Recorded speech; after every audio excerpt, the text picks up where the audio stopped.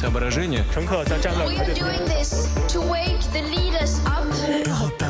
La revue de presse internationale sur Europe 1 en Grèce et au Brésil. Ce matin, mes premières étapes en Pologne. Bonjour Marie Le Puloc. Bonjour.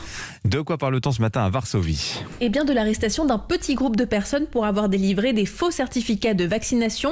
Et surprise, rapporte le site Notes from Poland, un prêtre catholique et 2 soldats font partie des personnes arrêtées.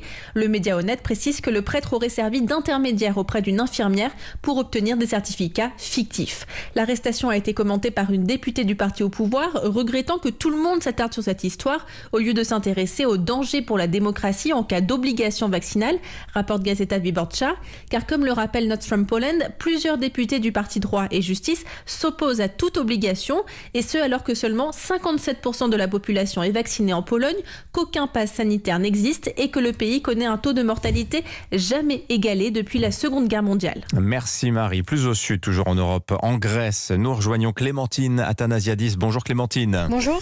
De quoi parle-t-on à Athènes ? À la une ici, la convocation par la justice d'un journaliste d'investigation. À gauche, le quotidien Efsin dénonce un journalisme menotté, un constat qui fait suite aux différents chefs d'accusation qui pèsent sur Kostas Vaxevanis, dont celui d'appartenance à une organisation criminelle. Journaliste au sein de l'hebdomadaire Documento, il a enquêté sur l'affaire Novartis, l'un des plus grands scandales de corruption en Grèce. Une affaire qui voit Yana Papadakou, ancienne journaliste, d'être elle aussi convoquée devant la justice. Ce scandale qui secoue la classe politique grecque depuis des années implique des hommes politiques socialistes et de droite, une droite de retour au pouvoir depuis 2019. Et avec l'élection de Kyriakos Mitsotakis, le quotidien Efsin accuse la multiplication d'entraves à l'information. Classée 70e sur 180 pays, la Grèce a reculé de 5 places cette année dans le classement mondial de la liberté de la presse. Enfin, au Brésil, bonjour Marine Dacher. Bonjour. De quoi parle-t-on chez vous ce matin ? De la colère des fonctionnaires de plus de 40 secteurs différents qui ont manifesté hier à Brasilia. Ils demandent jusqu'à 28% d'augmentation de salaire, explique le Correio Brasiliense, car Bolsonaro n'a augmenté que les policiers avec le budget disponible pour 2022, car sa base électorale, eh bien, ce sont eux, les policiers, précise le quotidien.